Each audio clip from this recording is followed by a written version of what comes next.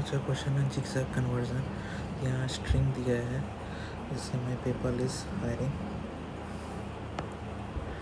और इसे zigzag pattern में लिखना है और जितना नंबर ऑफ रोज दिया है उसके हिसाब से, और इसके बाद इसको लाइन बाय लाइन रीड करना है और रिज़ल्ट में ऐड करके इसको रिटर्न करना है।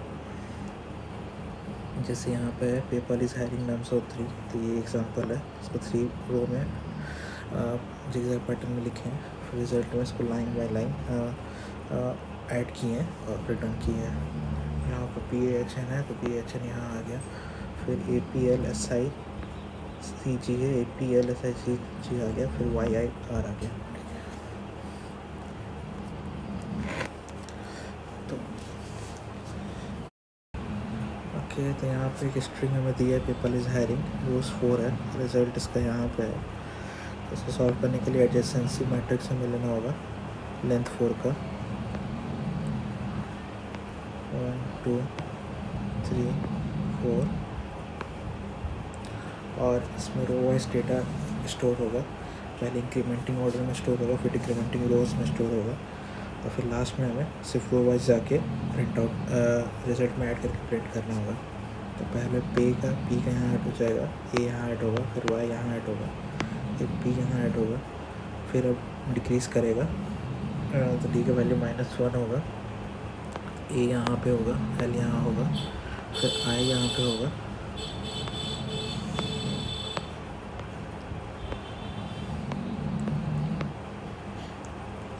फिर यहाँ से डिक्रीज करेगा, S यहाँ होगा, फिर H यहाँ होगा, फिर I यहाँ होगा, फिर R इधर होगा, फिर I इधर होगा, फिर N इधर होगा, और लास्ट में G हमारा इधर होगा। तो यहाँ पे हम देख सकते हैं, पहले हम स्टार्ट से हम ट्रैवर्स करना स्टार्ट करेंगे। तो फर्स्ट रो में PIN है, तो PIN रिजल्ट में अपेंड कर देंगे। फिर हमारे पास ALSIG है, तो ALSIG यहाँ पे इसको रिजल्ट में प्रिंट करें ऐड कर देंगे। फिर है YAHR, यहाँ YAHR है, लास्ट में PI है, तो यहाँ PI है, और अपेंड करने के बाद रिजल्ट को रिटर्न कर देंगे। तो इसका वो टाइम कॉम्प्लेक्सिटी हो जाएगा O ऑफ n और स्पेस कॉम्प्लेक्सिटी हो जाएगा O ऑफ n। इसको और ऑप्टिमाइज हम कर सकते हैं। अगर हम सेम एग्जांपल लेते हैं,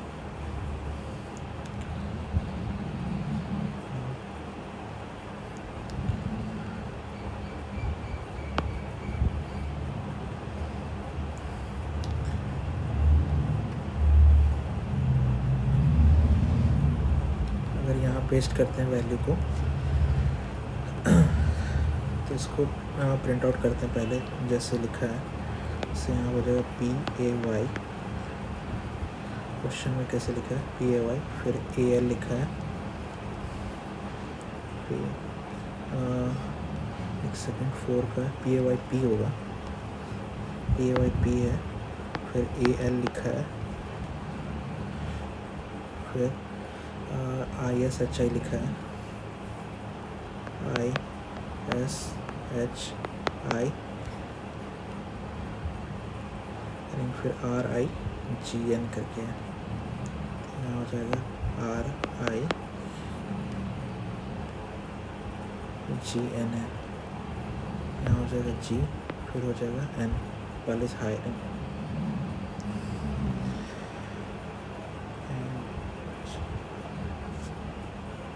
ठीक है, तो ये हमारा जिगजैग पैटर्न में लिखा है। तो यहाँ पे देख सकते हैं, इससे यहाँ पे वापस सेम पोजीशन पे आने के लिए से कितना जंप लग रहा है। ये 1 जंप हो गया, 2 हो गया, ये 3 हो गया, ये 4 हो गया, ये 5 हो गया, और एक ये 6 हो गया। जैसे 6 जंप लग रहा है टोटल। सिमिलरली इससे भी ऊपर आने के लिए कितना जंप लग रहा है, 1 हो गया, 2 हो गया, 3 हो गया, 4 हो गया, 5 हो गया, और ये 6 हो गया। तो यहाँ पे अगेन 6 जंप लग रहा है। और फिर यहाँ पे आने के लिए डायगोनल, तो हम हर 6 इंडेक्स इंक्रीमेंट करके यहाँ पे प्रिंट आउट कर सकते हैं। जैसे PIN हो गया, लेकिन हमें डायगोनल एलिमेंट का भी केयर करना है। तो यहाँ डायगोनल में कितना लग रहा है इसका देख सकते हैं। यहाँ ए से 1 हो गया, यहाँ 2 हो गया, यहाँ 3 हो गया, यहाँ 4 लग रहा है। सिमिलरली एस से यहाँ पे लग रहा है 1 2 3 और 4 जंप लग रहा है। तो पहले 6 का देख लेते हैं। 6 जंप्स का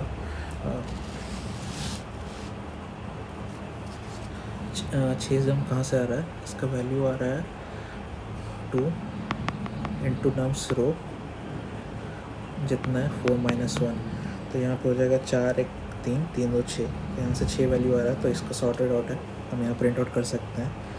फिर यहाँ डायगोनल एलिमेंट से इसको अब टेक केयर करना है। तो यहाँ पे हमने देखा है इसका 4 जंप लग रहा है, ए का एस का 4 जंप लग रहा है। फिर लास्ट में देख लेते हैं वाई का 1 2 जंप लग रहे हैं। फिर एच का 1 और 2 जंप लग रहा है। तो इसका जनरल फार्मूला अगर हम निकालने जाएं तो यहाँ पे हो जाएगा जो भी ये इंक्रीमेंट इसको बोल सकते हैं। और डायगोनल के लिए कवर करने के लिए कितना हमें लग जाएगा, इंक्रीमेंट माइनस 2 इंटू आई, जो आई हमारा नंबर ऑफ रो रहेगा। तो ए का वैल्यू 4 था, तो यहाँ से इंक्रीमेंट का वैल्यू 6 है, तो 6 माइनस और रो नंबर इसका 1 है 2 है, हो जाएगा 6 माइनस 2 4 है, तो 4 जंप लग रहा है।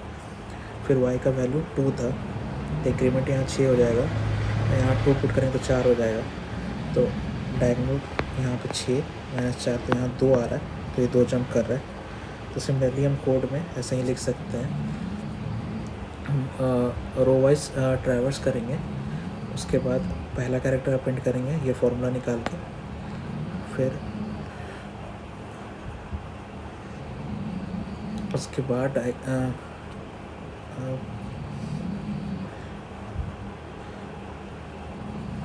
पहले जितना रोज है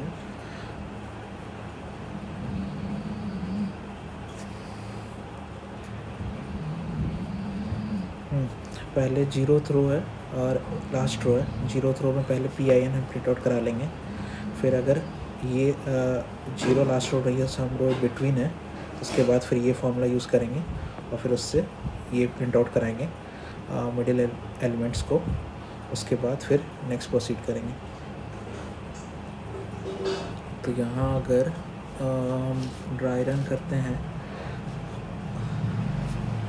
तो पहले P प्रिंट होगा, फिर I प्रिंट होगा, फिर N प्रिंट होगा,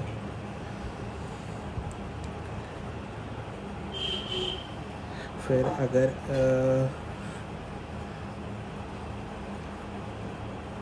फिर A प्रिंट होगा।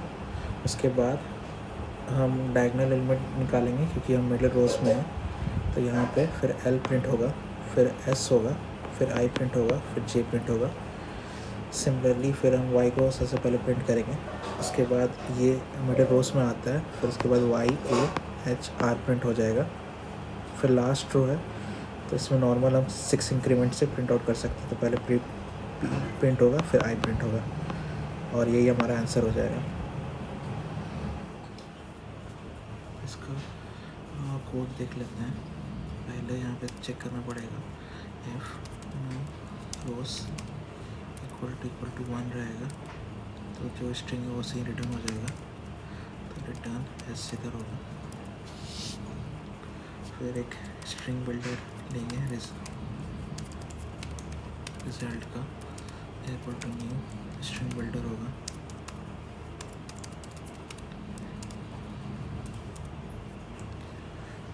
फिर यहाँ पे इंक्रीमेंट का देखेंगे, increment is equal to 2 into nums row है जितना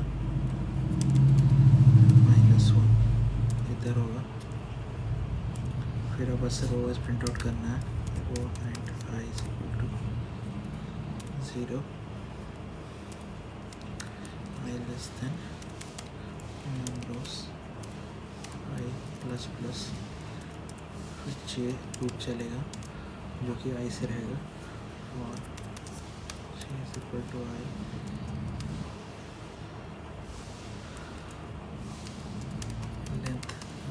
चलेगा स्ट्रिंग के लेंथ का, और जे प्लस इंक्रीमेंट का ये चलेगा, ठीक है।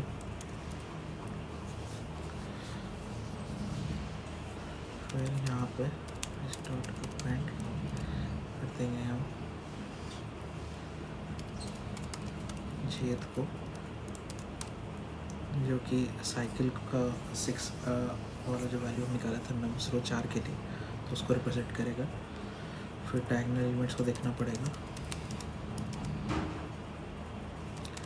डायगोनल हो जाएगा 2 इंटू आई। यहाँ चेक करना होगा फिर मिडिल रो है, तो यहाँ पे 4th आंसर था, 4 था, वो 2 था, वो सभी प्रिंट हो जो डायगोनल में आते हैं वैल्यू साइकिल के लिए।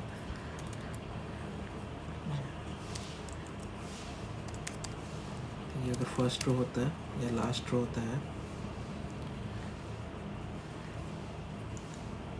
उसके अलावा मिडिल में अगर ये आता है तो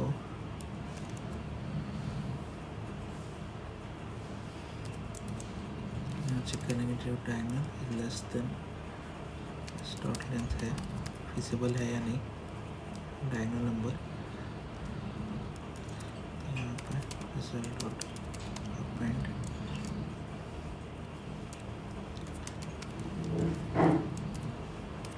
जे प्लस डायगोनल कर देंगे,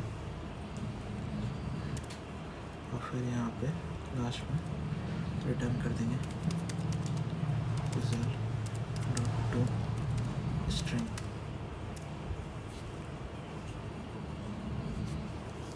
तो अगर इसका अगर देखा जाए, इसको रन करके देखते हैं सही चल रहा है कि नहीं।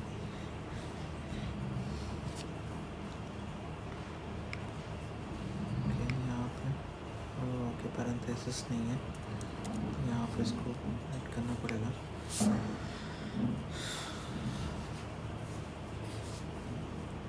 तो ये चल रहा है सही से। इसका यहाँ पे अगर प्रिंट करना होगा तो पहले ये 0th रो में जाएगा, फिर वहाँ प्रिंट करेगा PIN इंक्रीमेंट के आधार पे, फिर ये नेक्स्ट रो में जाएगा। नेक्स्ट रो में पहले ये A प्रिंट करेगा, उसके बाद देखेगा कि मिडिल रो में है तो डायगोनल का एलिमेंट प्रिंट करेगा L, और उसके बाद फिर नेक्स्ट साइकिल में जो आता है एलिमेंट S वहाँ हो जाएगा, प्रिंट होगा। फिर S अगेन मिडिल रो में आता है तो यहाँ पे I होगा, फिर I के बाद फिर से जो नेक्स्ट एलिमेंट आता है कंप्लीट साइकिल पे तो वो G यहाँ प्रिंट हो जाएगा। उसके बाद डायगोनल का स्पेस नहीं बचेगा तो नेक्स्ट रो में प्रोसीड कर जाएगा। यहाँ पे पहले Y प्रिंट होगा, फिर ये मिडिल रो में है तो यहाँ फिर A प्रिंट होगा, फिर से साइकिल कंप्लीट होता है तो H प्रिंट होगा। अगेन ये मिडिल रो में है तो यहाँ पर डायगोनल एलिमेंट प्रिंट हो जाएगा। फिर लास्ट रो में आएंगे तो यहाँ पे P प्रिंट होगा और I प्रिंट हो जाएगा, और इसका आंसर वही फिर हमें रो वाइज इसको यहाँ पे प्रिंट आउट करा देना है। जैसे यहाँ पे PINALSIGYHRPI, तो हमारा आंसर सही है। सबमिट करके देखते हैं।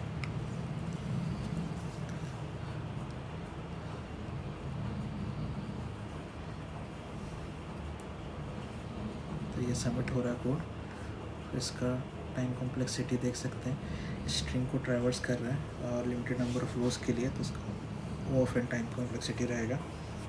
स्ट्रिंग बिल्डर अगर स्मॉल साइज है तो इसको O ऑफ 1 ले सकते हैं, नहीं तो इसका O ऑफ n स्पेस लेगा, तो टाइम कॉम्प्लेक्सिटी हमारा O ऑफ n हो जाएगा, स्पेस कॉम्प्लेक्सिटी भी O ऑफ n हो जाएगी। लेकिन ये ब्रूट फोर्स अप्रोच से थोड़ा ऑप्टिमाइज होगा और कम लेस स्पेस खाएगा।